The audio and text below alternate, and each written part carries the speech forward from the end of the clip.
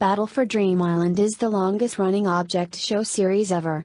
When producing this much content of an idea as simple a competition show, it makes sense for the creators to branch out somewhat. We can see this for shows like Total Drama Island, which will have new settings and ideas for new seasons.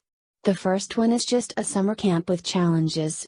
The second season is then set in a movie studio, and in the modern era the Redonkulous race is similar to the Amazing Race.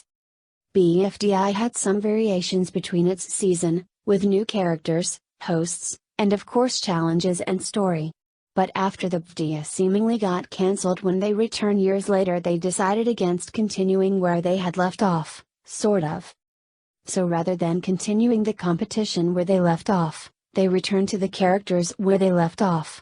IDFB took the series in an entirely new direction, as it became a sitcom.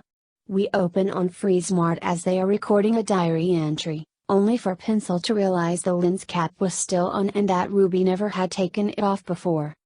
This is where the framing device of the new stories is made, with the context being that the characters have been living normal lives for the past 3 years, but we haven't seen them due to Ruby failing to record them properly. I very much enjoy this idea, especially with the characters being in the most interesting location in most any object show, Oil City. This allows the viewer to learn what has changed about the characters, and get to the more interesting stuff that's happening in the present. Throughout the episode we get to see several different plotlines beginning with different people. FreeSmart is coping with the loss of the last 3 years, Fries is growing potatoes for new fries while talking to Pen, and Golf Ball and Tennis Ball explore a science museum before Gold Ball has a flashback and they leave. All of these let us see the characters we've already come to love from the main series as we see what's in store for them. I'm not entirely sure how to talk about the comedy. While it's nice and I snickered at a few bits even my most recent viewing, I usually never laugh at TV shows. At the least it never gets too loud or stupid for its humor, and is enjoyable. Once Gold Ball and Tennis Ball leave the science museum, they and some others realize they can use the wall teleporter they found to free people from the locker of losers. The catch is that it will take too long to simply free everyone. This ties in the viewer voting that's common with object shows, as the viewers vote who will come back. This is the end of the episode as we get a really weird after credit scene where I think Coiny is swallowing fry oil. A lot of people enjoyed IDFB, myself included.